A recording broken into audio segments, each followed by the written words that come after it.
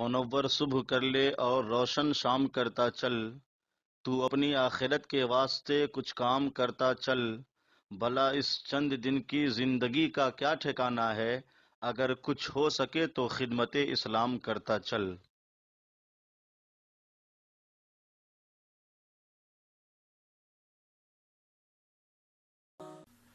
سورۃ الاعراف کی آیت نمبر 148 148۔ سورۃ الاعراف کا 18واں رکوع اور 9ویں پارے کا 8واں رکوع۔ واتخذ قوم موسیٰ من بعدہ من حلیہم عجلا جسدا لہ خوار، اور موسیٰ کے بعد اس کی قوم اپنے زیوروں سے ایک بچھڑا بنا بیٹھی، بے جان کا دھڑ، گائے کی طرح آواز کرتا۔ واتخذ قوم موسیٰ، موسیٰ علیہ السلام کی قوم نے بنایا، من بعدہ، موسیٰ علیہ السلام کے بعد، جب موسیٰ علیہ السلام کوہ طور کی طرف گئے اپنے رب سے مناجات کرنے کے لیے، من حلیہم، اپنے زیورات سے۔ یہ وہ زیورات تھے جب بنی اسرائیل نے یہ دیکھا کہ اب ہمیں مصر چھوڑ کر جانا ہے، بنی اسرائیل کی عورتوں نے فرعونی عورتوں سے کہا کہ ہمیں اپنے زیورات دو، ہمیں عاریتن چاہیے پہننے کے لیے اپنی عید کے لیے۔ وہ زیورات لے کر بنی اسرائیل دریا کے پار ہو گئے، فرعونی ہلاک ہو گئے۔ پھر حضرت موسیٰ علیہ السلام کوہ طور پر جب تشریف لے گئے تو سامری جو سنار تھا اور منافق تھا، اس نے کہا کہ موسیٰ علیہ السلام جب واپس تشریف لائیں گے تو ان زیورات کا فیصلہ ضرور کریں گے، اور موسیٰ علیہ السلام کی شریعت میں یہ تھا کہ مال غنیمت کو استعمال نہ کیا جائے، کافروں سے جو مال حاصل ہو اسے ایک جگہ جمع کر کے اسے آگ لگا دی جائے۔ تو سامری نے کہا کہ موسیٰ علیہ السلام اسے آگ لگا دیں گے، جلا دیں گے، تو مجھے دے دو تو میں تمہیں ایک کام کی چیز بنا دیتا ہوں۔ لوگوں نے زیورات اسے دے دیے تو اس نے سونے کا بچھڑا بنایا۔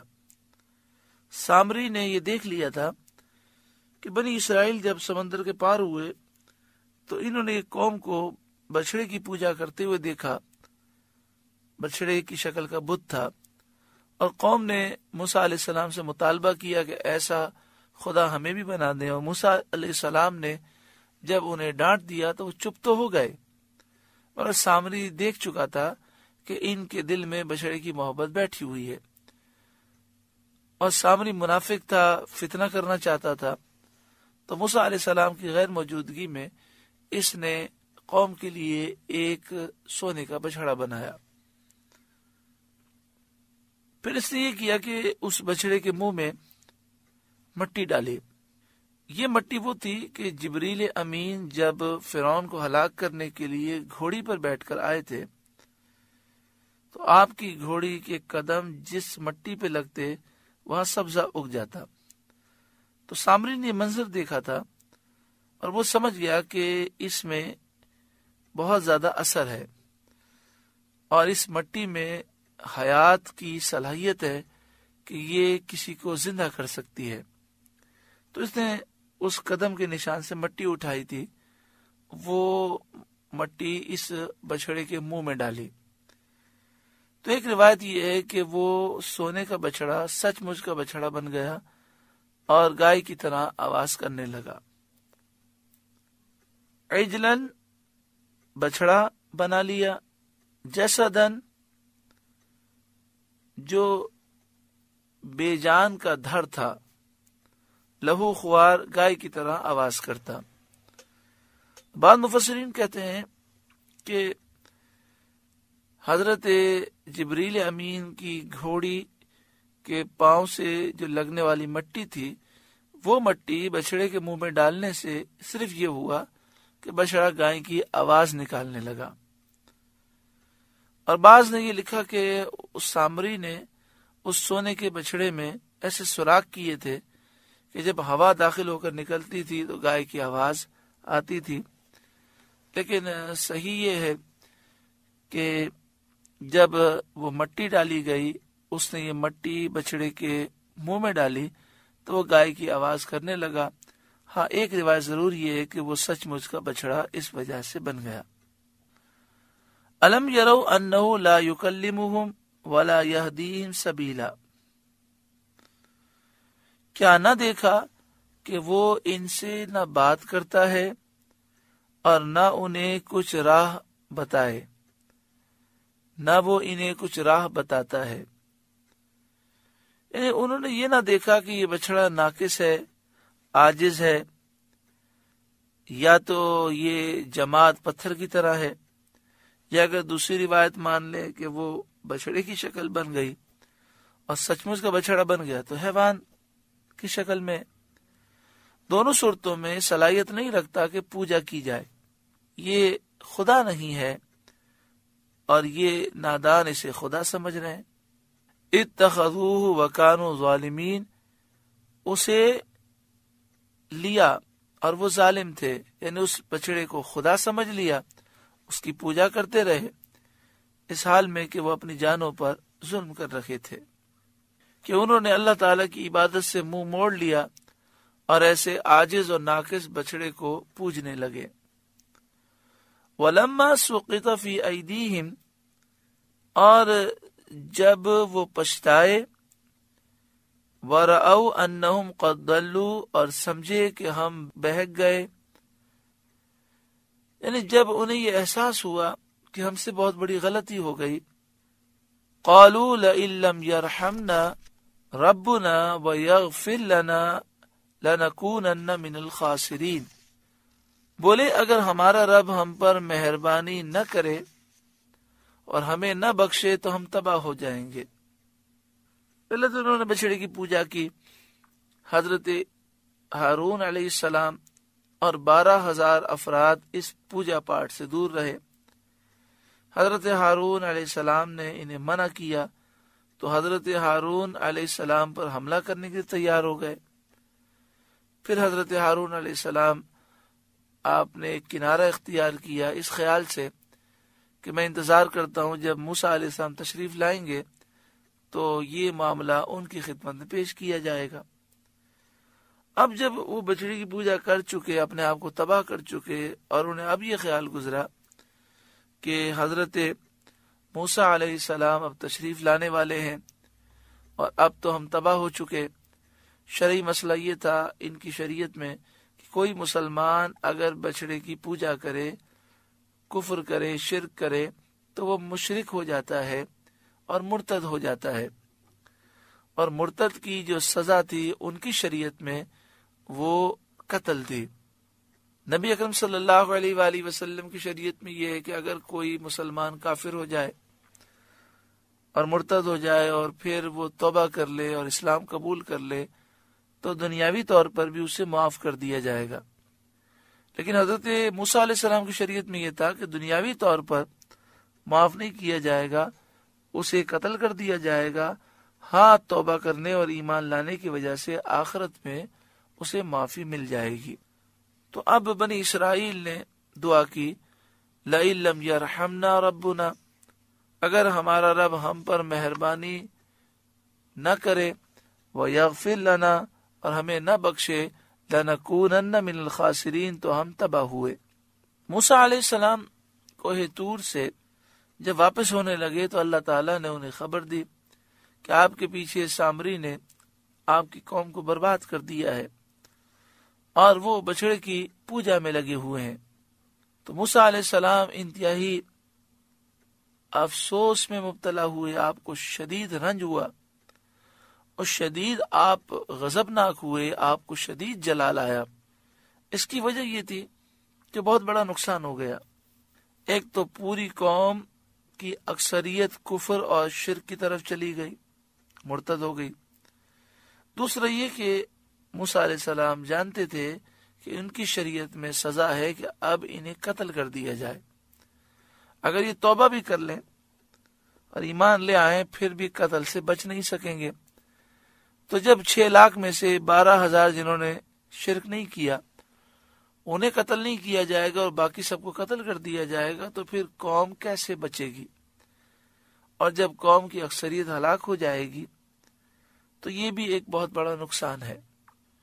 وَلَمَّا رَجَعَ مُوسَىٰ إِلَىٰ قَوْمِهِ غَضْبَانَ أَسِفًا، اور جب موسیٰ اپنی قوم کی طرف پلٹے غصے میں بھرے ہوئے، افسوس کرتے ہوئے، یعنی آپ انتہائی جلال میں غصے میں واپس آئے۔ جب آپ اپنے رب کی مناجات سے مشرف ہو کر طور سے واپس آئے، آپ کو انتہائی افسوس تھا، انتہائی جلال تھا۔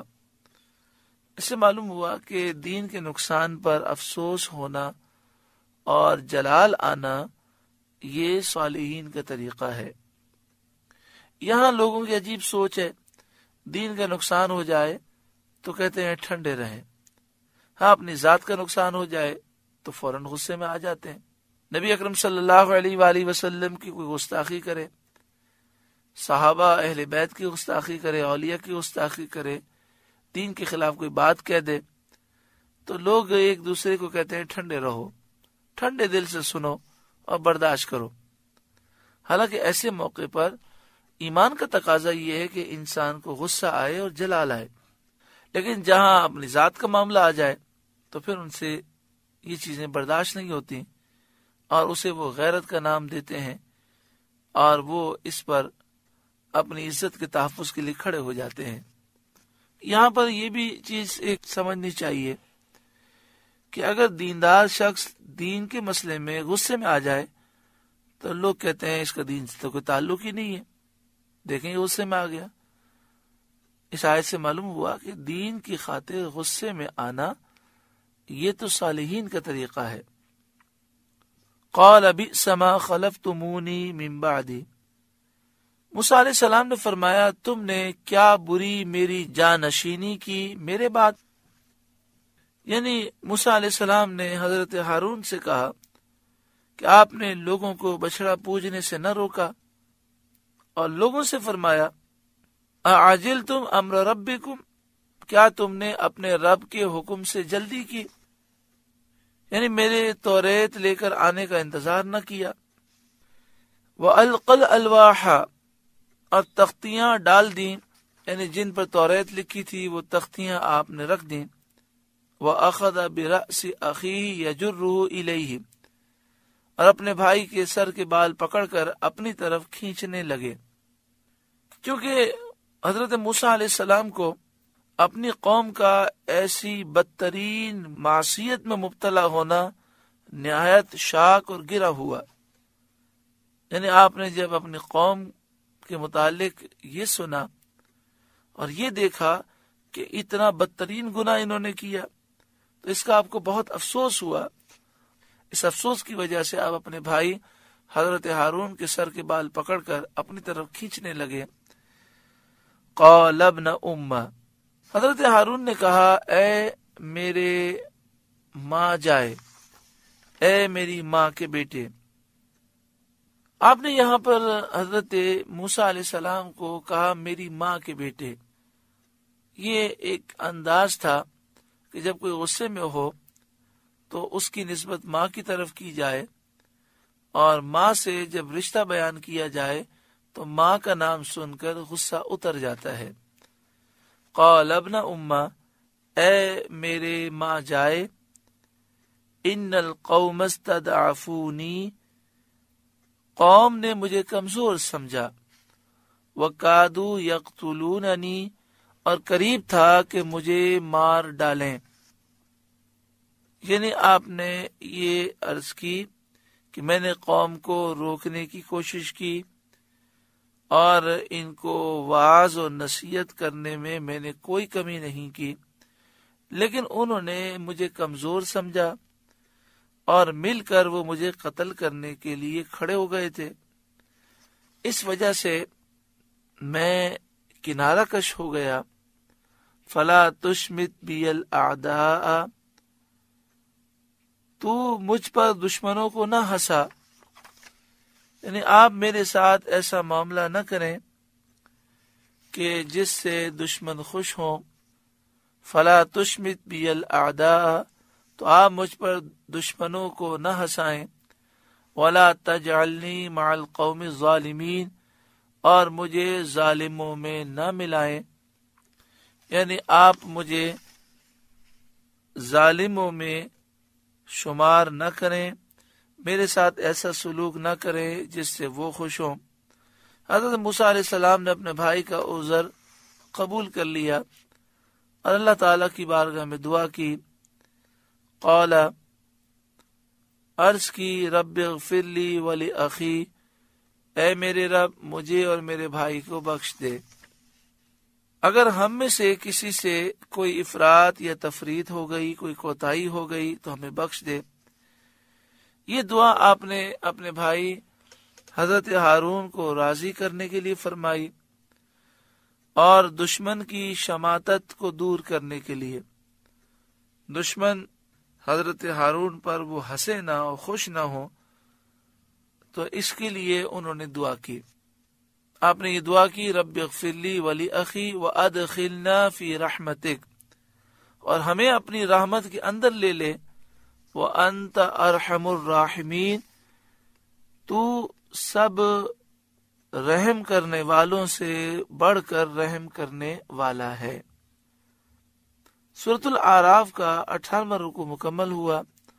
اللہ تعالیٰ اس کے نور سے ہمارے قلوب کو روشن اور منور فرمائے۔